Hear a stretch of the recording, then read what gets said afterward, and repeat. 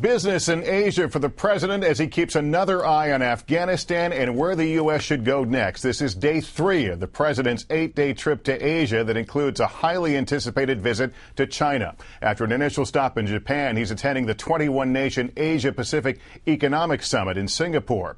NBC News White House correspondent Savannah Guthrie is traveling with the president. Savannah, good evening. What's on the agenda there?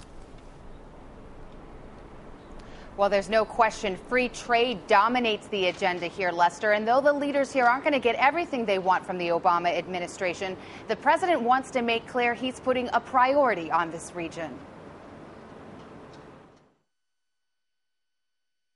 Traditional summit garb for the opening photo of the APEC Economic Conference. On the second leg of his 4-nation journey through Asia, the president is hitting now familiar themes of re-engagement. In Tokyo, lunching with the Emperor of Japan.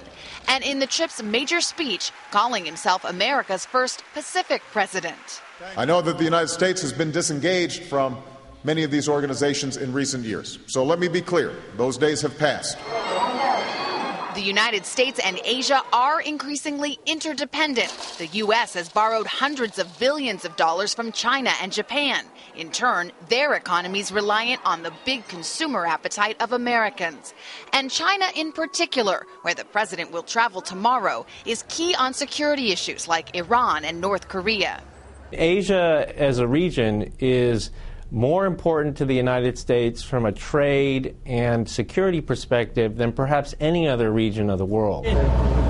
But as the president travels the region this week, his agenda is partly overshadowed by the looming decision on Afghanistan. Allies are anxious to know what the administration's strategy will be. Aides say additional national security meetings are a possibility upon the president's return. But Mr. Obama promises a decision soon. I recognize that there have been critics of the process.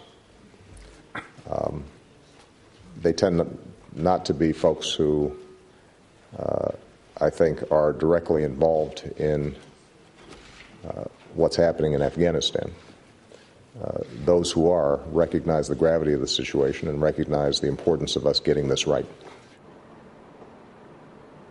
Well, the president is looking at several options, all of which would increase troops, but he's been pressing advisors to be clearer about what the exit strategy is. Meanwhile, here in Singapore, the president plans to meet with Russia's President Dmitry Medvedev later today. On the agenda, an arms control agreement and Iran. Lester? Savannah Guthrie. Savannah, thank you.